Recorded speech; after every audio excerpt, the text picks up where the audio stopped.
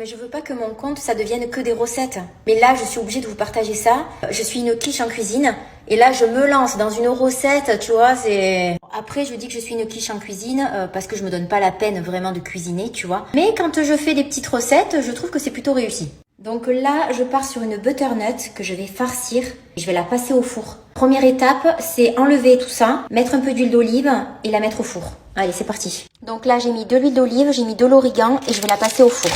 Pendant que ma butternut est en train de cuire, je vais faire une poêlée de champignons avec de l'ail, du persil. Alors, dans mes champignons, j'ai rajouté des petits émincés de poulet. Ensuite, je vais rajouter de la crème. Ma petite poêlée est prête.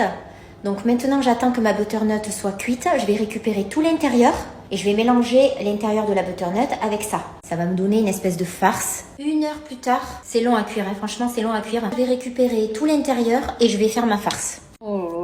Alors, je recommande pas du tout cette recette. Même si ça va être bon, c'est... J'arrive pas du tout à la... Enfin, je sais pas, j'y arrive pas, je sais pas. Bon, j'ai fait comme j'ai pu, donc j'ai mis l'intérieur de la butternut avec le mélange du coup champignons, crème des 2 poulets. Ça va faire ma farce. Donc voilà ce que ça donne. Et du coup, maintenant, je vais y mettre un peu de mozza râpé sur le dessus. Et je repasse au four pour faire gratiner. Allez, hop, au four. Elle sort du four. Franchement, ça sent super bon. Et ça a l'air trop bon. Donc j'attends que ça refroidisse un peu et puis je goûte pour vous dire si c'est bon.